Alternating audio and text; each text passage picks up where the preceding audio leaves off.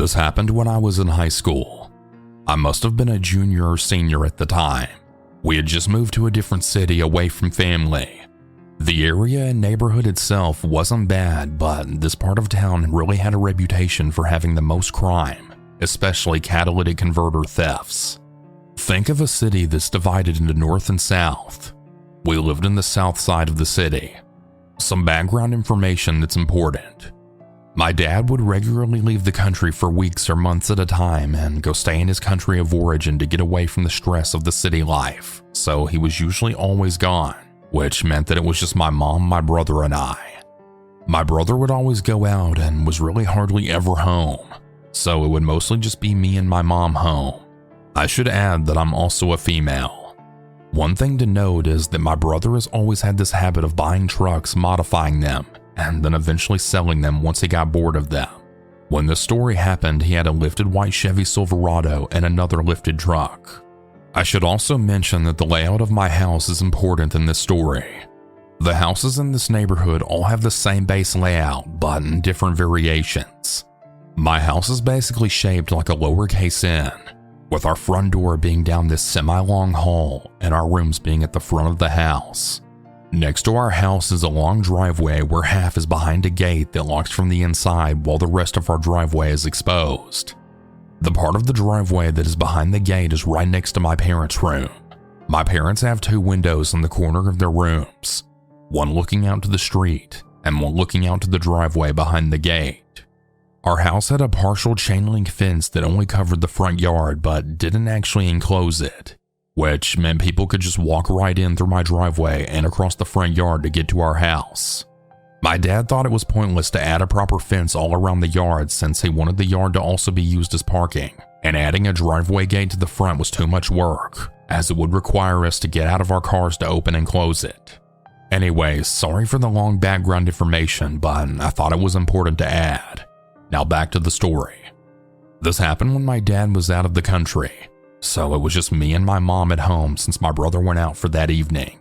My brother had left in his other truck, so the white Chevy was behind the driveway gate. My mom and I were on our own rooms just scrolling through our phones. I was on my phone just doom scrolling when I saw that my mom was calling me. My parents' room is right next to mine, so I thought it was odd that she was calling me instead of just coming over to my room. I answered, and my mom then told me in a quiet voice to come to her room because she had heard a guy talking outside her window and could see him outside. I got up and walked into her room, but I didn't see the guy outside her window. She told me that he had left on a bike, but that she had heard him talking to himself and peering into the driveway where my brother kept his truck. She wasn't sure if he was just some random guy that was confused and wandering into people's houses while talking to himself, or if this was someone that wanted to steal my brother's truck and was communicating with someone else that we couldn't see. I ended up going back to my room since it looked like the guy had left.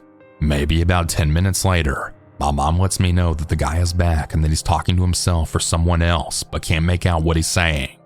I go into her room and that's when I see the silhouette of the guy she's talking about. I can't really make out what he's saying, but in the time I'm trying to process who this guy is and what he's saying, he walks off. It's at this point that my mom calls my brother and tells him what's going on. My brother then comes home and my mom tells him the whole story of the weird dude outside in the driveway.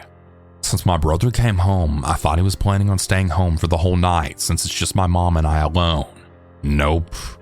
My brother just decides to give me a quick lesson on how to use a pistol in case I need to use it, and then he leaves again. Now luckily, the guy didn't come back after that, and nothing happened for the rest of the night. We didn't call the police because even though he was technically in our driveway trespassing, we didn't hear him breaking in, and we just assumed he was just some guy on drugs that was just wandering around on his bike and talking to himself. Though I wouldn't be surprised if he was there to steal from the truck. I'm not sure if my brother coming home scared him or what, but either way, I'm really glad nothing else happened.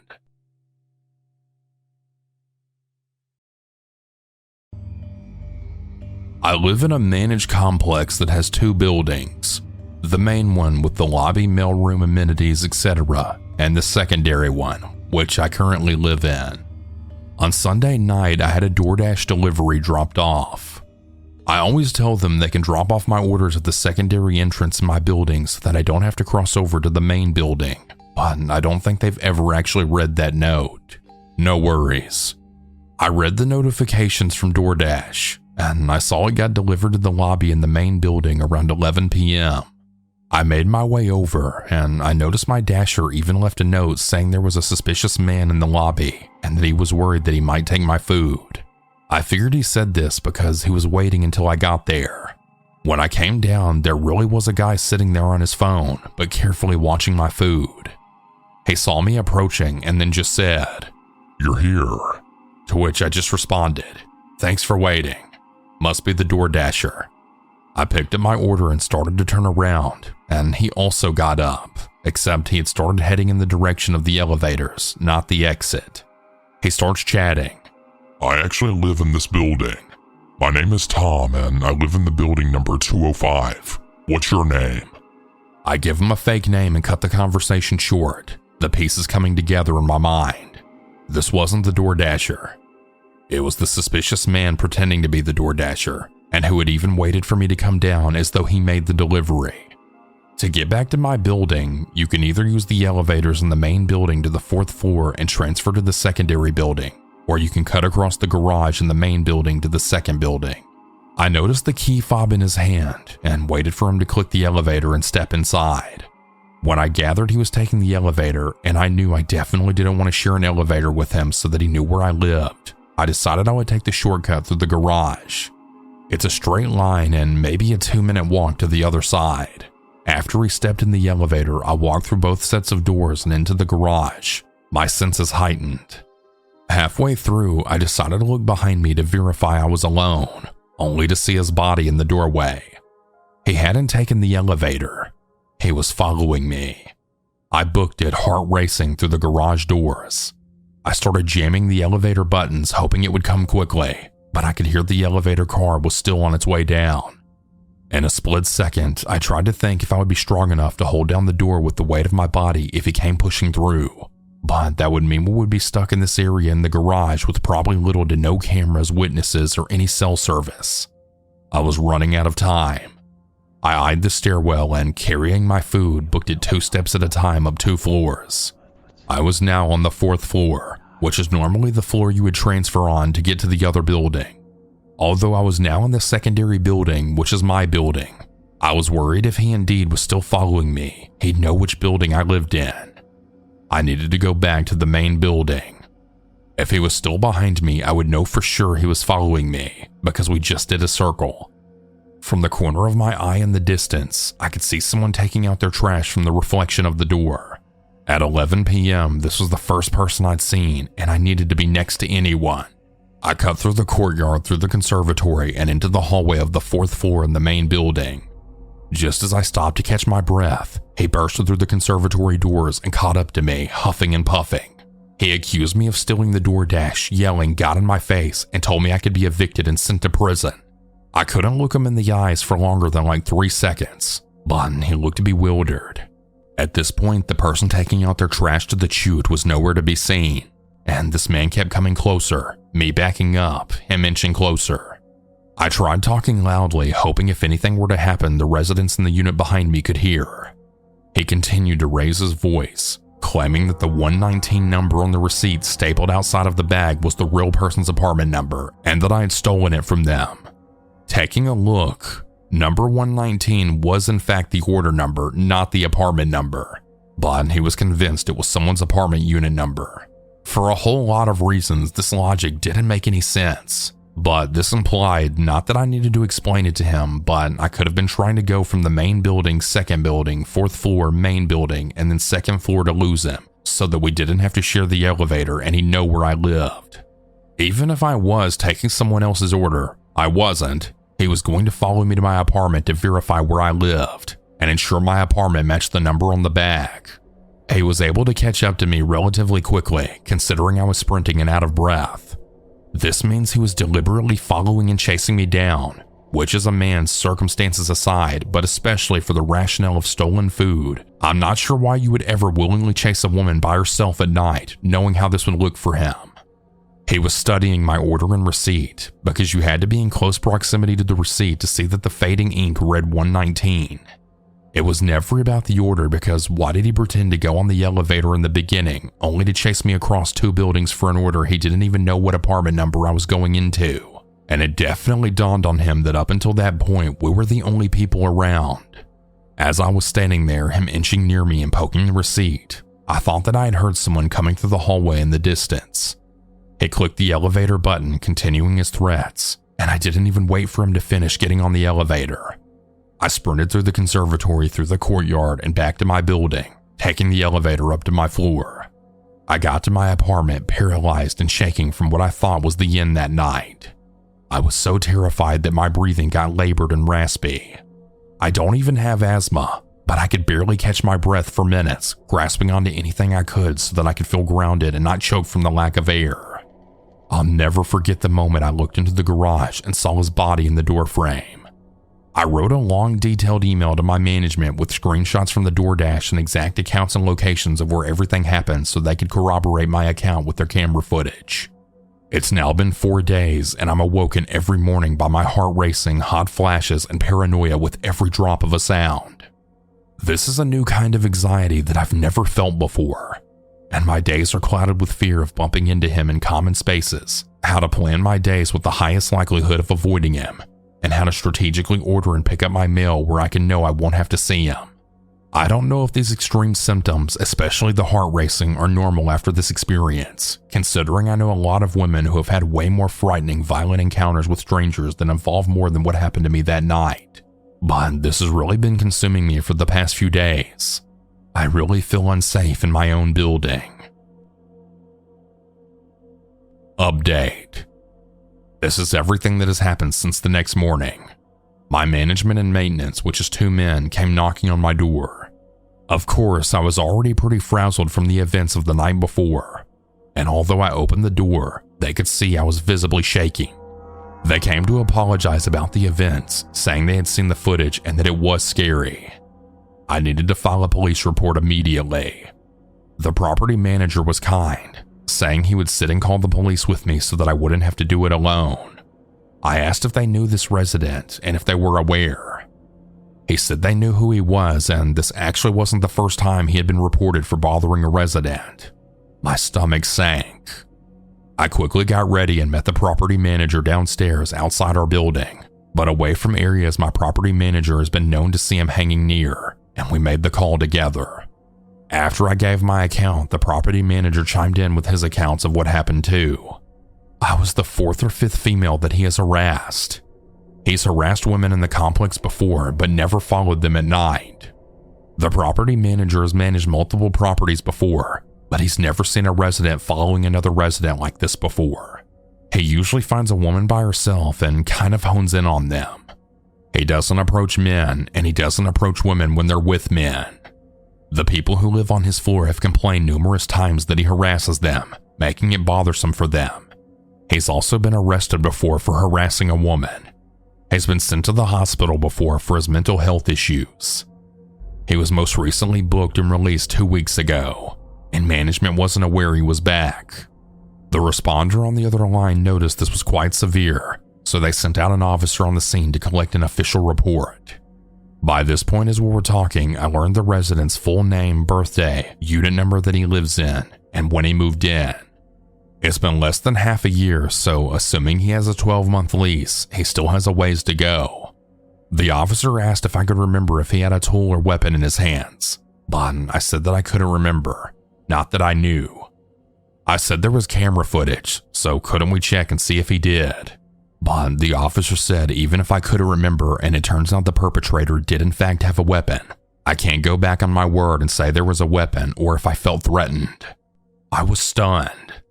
I told the officer, but there's evidence of him following me, a woman alone, as well as threatening me across 2 buildings, one of which he had no business being in at 11 p.m. at night. The officer literally asked me if he used the words, "I will kill you or I will shoot you." I said no, but that he was still threatening me. The officer said unfortunately that only qualifies as being a nuisance, but being a nuisance isn't against the law / grounds for arrest. My heart dropped. On top of that, my property manager said they'd been trying to evict him, but there isn't enough evidence, and eviction is a long process. There was nothing they could do. The officer gave me his card with my case number, informing me that I should call him if he ever approached me again or if I felt unsafe. I went back to my apartment, stunned and just trying to figure out the next steps. I decided not to leave my apartment again out of safety, but ordered additional self-defense items, including an apartment doorbell camera, because he had been up close to my receipt bag to know my order number. The receipt also had my name on it. I was worried he would put 2 and 2 together and type my name in the directory outside our building and figure out my unit number. I couldn't risk running into him again, so I had to stay locked up until my camera arrived. Given the information I had about him now, full name, birthday, and the fact that he has a prior record related to harassment, I decided to do my own research and find his public records. To my surprise, I learned that he actually has 6 court cases since 2018, and the most recent court record was from August 2024. His cases have been for stalking, harassment, restraining orders, multiple reissued anti-harassment protection orders, domestic violence, and attempting to get him to surrender his firearms, to which he has refused, so he still owns his guns. Different women have attempted to serve him protection orders multiple times but failed either because he's tried to dodge it, never showed up to court, or he's been hard to get a hold of. I just couldn't believe it. This man was able to freely move about common spaces in our complex, and management has never mentioned anything to residents nor regarded our safety. Now I knew this was more than just an annoying neighbor, but rather someone who could be dangerous.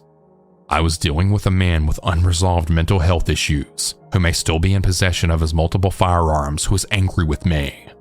Given his history of professional stalking, I was worried if he saw me too soon again, he would remember our encounter and fixate on me, and possibly escalate. A few days passed and I hadn't left my building, but I noted that my camera had arrived, so I was trying to arrange for how I could go into the mail room, which is in the building he lives in and the floor he's on. I asked management for footage of our encounter, and after 2 days of dragging on the request, it seemed like they were trying to buy time. They finally sent me clips of our encounters in different areas. In one of the videos, you could see that he followed me into the garage a bit after I'd already gone in, after he had supposedly pretended to take the elevator. And the clip that freaks me out the most, you could see me enter the garage elevator lobby, click the elevator button, frantically pace back and forth, and try leaning my body against the door before I realize I'm running out of time and run through the stairwell. A few moments later, you see him come in, look at the press elevator button, but no one took it. Then deduce I must have taken the stairwell before following suit. If anything, this showed intent. Oddly enough, the footage when he caught up to me and poked the receipt on my bag was missing, but management sent the footage after I ran back to my building. Anyway, a few days later around 6 p.m., I was trying to figure out how to pick up my mail.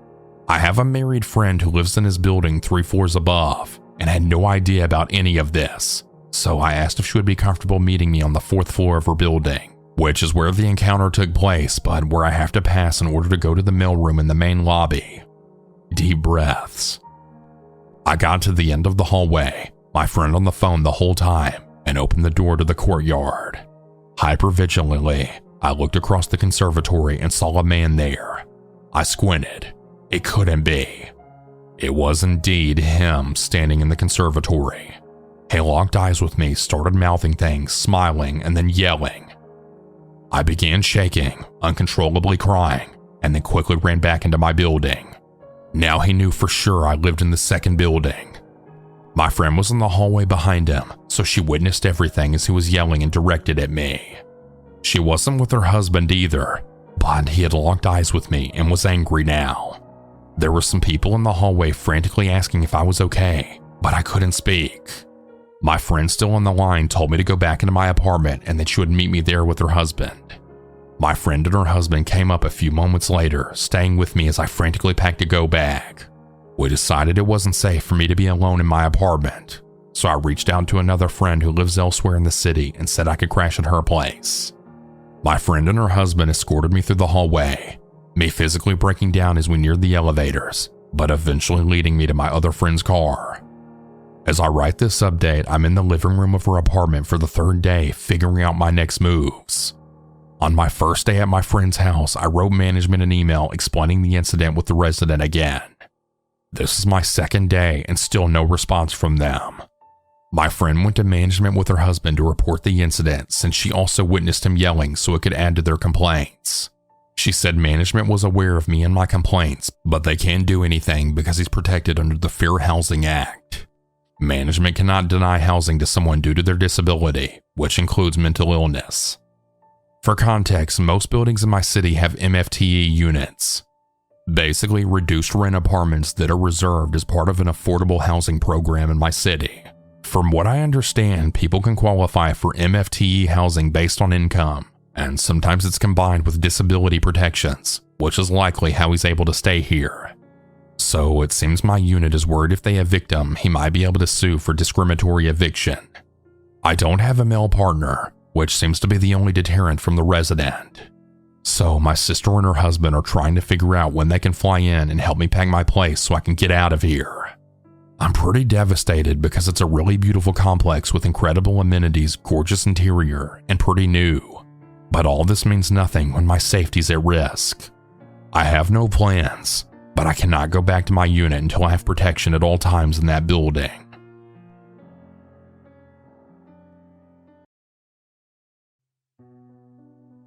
Every cop sees something that they'll never forget. Something that will stick with them for the rest of their life.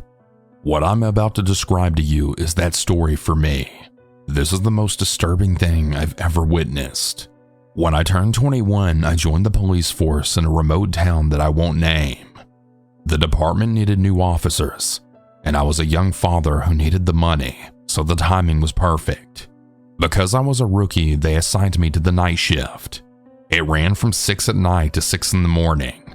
The guys at the gas station sometimes teased me about my hours, saying that I always worked the crummiest shifts. I actually didn't mind them. I've always been a night owl. The guys even called me Nighthawk, and honestly, I kind of like that. Besides busting people for speeding and pulling over the occasional drunk, I spent most nights sitting back listening to podcasts. In a weird way, it was kind of relaxing. After a year in the department, something happened one night that changed everything. A severe thunderstorm rolled into town and caused major power outages. Torrential downpour flooded most of the major roads. To be in the best position possible when accident reports came in, I parked my cruiser in a parking lot in the middle of town. At 2 a.m., our dispatcher Claire radioed in. She reported that someone who sounded like an adult male claimed to have been kidnapped. They told her they were held captive inside someone's home. Then the call ended. When she redialed, the caller didn't answer. My cruiser had a built-in computer display that showed all the call details. Based on the address, I was about 10 minutes away, so I was probably the closest officer. I radioed in and I told her I'd respond. I also requested backup. Another new officer named Chris chimed in and said he'd be at the location in 5. Claire clicked on her radio but hesitated for a few seconds over the static. Then she said that the callers sounded like they were altering their voice in some way, possibly through digital means to make themselves sound like a child. She used the specific phrase, like a young girl. She concluded that officers should proceed with extreme caution.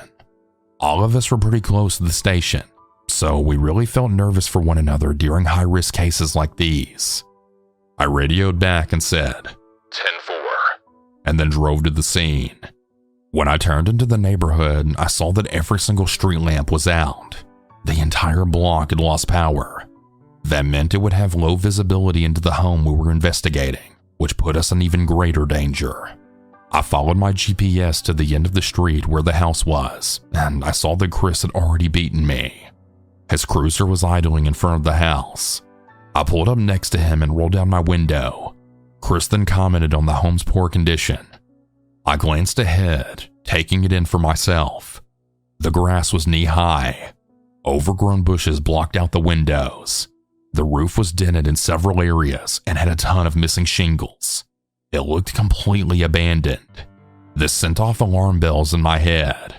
You can gather a lot about someone's mental state by how they treat their living space. I told Chris I'd take the lead. We both stepped out of our cruisers into the pouring rain, opened our umbrellas, and followed a waterlogged path up to the door. Chris clicked on his flashlight. Whenever a second officer like Chris is present during an investigation, their entire job is to protect the leading officer by monitoring the suspect's body language. If the suspect makes a move on the cop that's interrogating them, they neutralize the threat. Chris made the perfect backup because he was both observant and calm under pressure. This allowed me to focus solely on the suspect's story, and if I was hearing the truth. When we reached the door, I rang the bell. Then we stood there listening for movement inside. Rain pounded against our backs. After a few seconds, footsteps shuffled up to the door. Then they paused. Whoever was on the other side stood completely still, just waiting. A strange feeling came over me that we were being watched. Slowly, my gaze drifted over to the peephole. As soon as I made eye contact, a distorted shape moved back, like whoever was watching us had pulled their head away. "If you're in there," I said, "we'd like to ask you a few questions. Open up, please." They froze again as if they were thinking about what to do next. Then the lock started turning.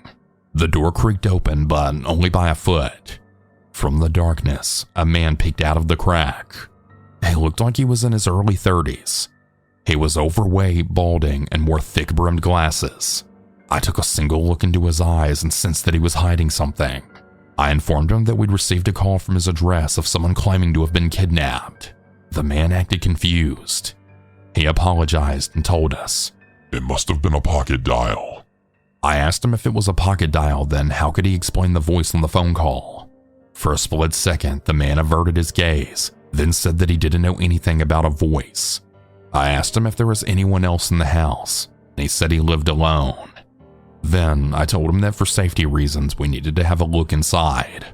"Not without a warrant," he said. These days a warrant can be obtained in minutes.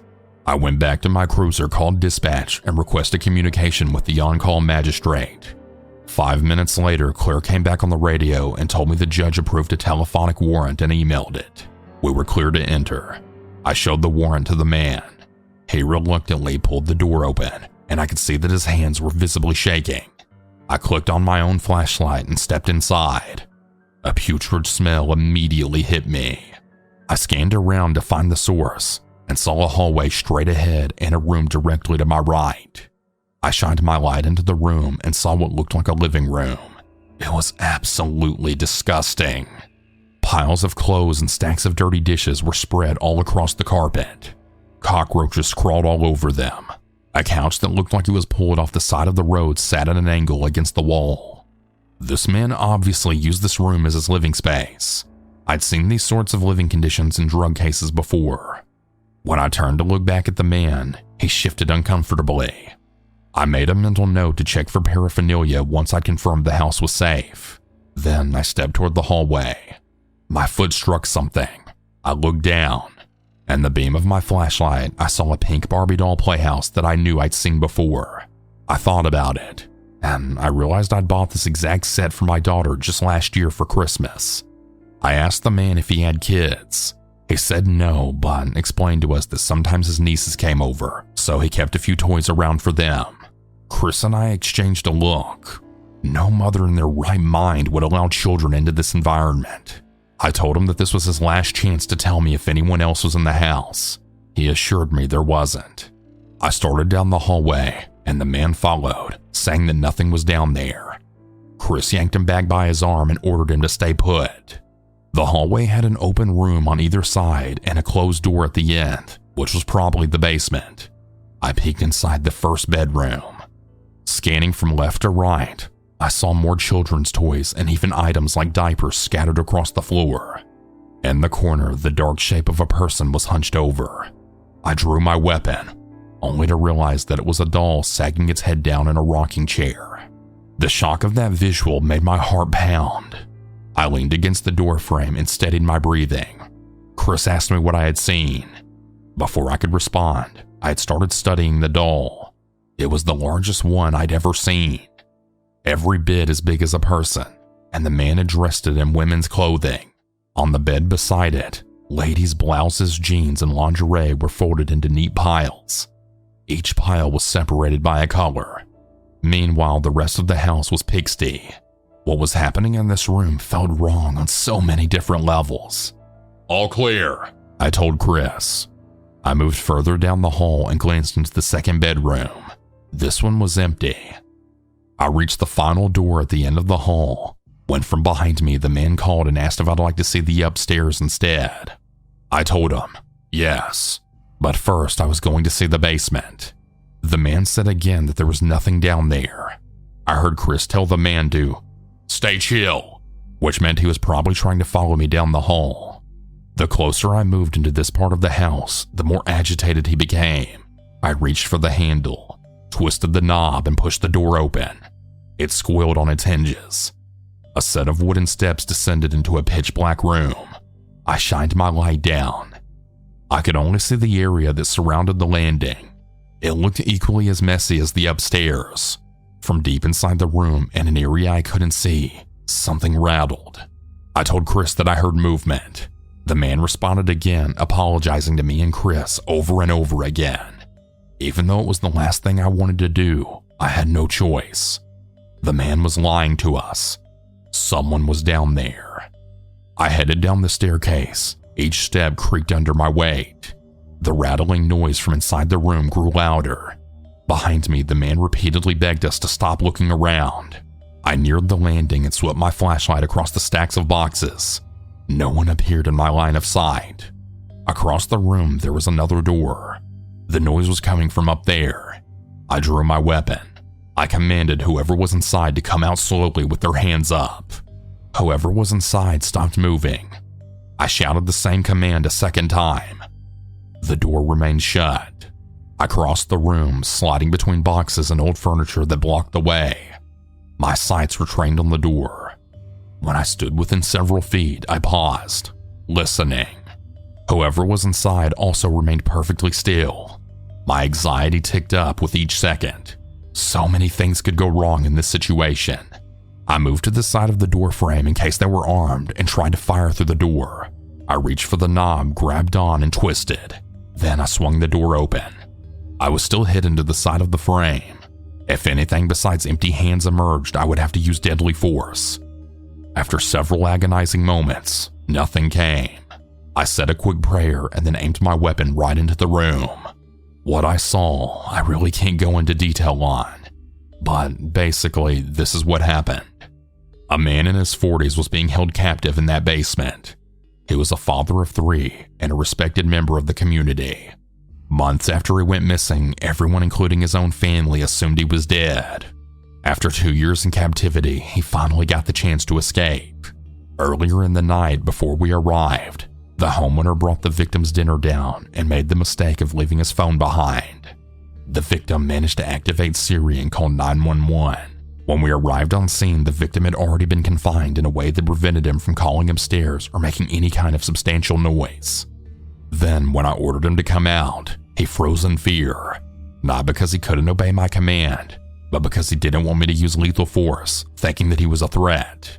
Once I opened the door and found him, we arrested the homeowner on the spot and then took the victim to the hospital for immediate treatment. I feel incredibly lucky that no one was harmed and that we could reunite this poor man with his family. But the most disturbing detail, which has haunted me every day since, is how my dispatcher described the voice of the man who made the call. Why was he speaking like a child? The only explanation that really makes sense is that this man was forced to speak in that young tone of a voice for so long that even when he called the station, that's the only way he could communicate. And if he was forced to do that, what else inside that house was he forced to do? These are the questions that keep me up at night.